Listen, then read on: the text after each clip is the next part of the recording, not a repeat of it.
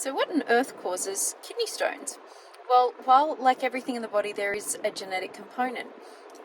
One of the biggest reasons that somebody might develop kidney stones is actually related to the health of the gut.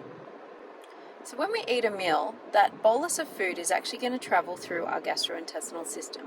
And what we want to do is we want to absorb the fatty acids that we've consumed in that meal, and that will then circulate through our bloodstream.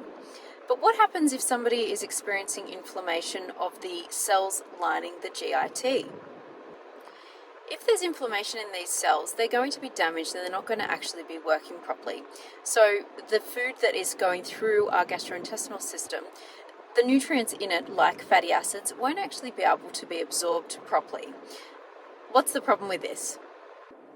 Not only are you going to develop nutrient deficiencies, but you're also going to be absorbing less fat and having less circulating through the bloodstream. And in fact, you're going to have more sitting within the lumen of the GIT. The problem with this, though, is that you also have this other molecule that's coming through the GIT as well, and that we often find mainly in plant foods, and that is called oxalate. Usually what happens with the oxalate is that it's bound to a mineral called calcium. But what happens when the fat is not being absorbed is that calcium then ends up binding with the fat. That passes through the GIT and we end up excreting it out in the stool. But that excess oxalate that you would usually be binded to the calcium then gets absorbed itself. There's a really problematic issue with this. So if we absorb this oxalate molecule, it will end up in our bloodstream and it will circulate around and form these crystals.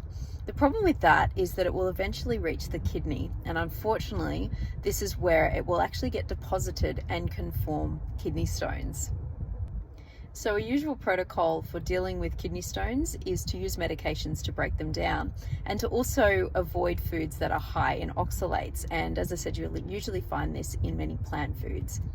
But it's also important to think about this mechanism and also consider the fact that gut health is very important.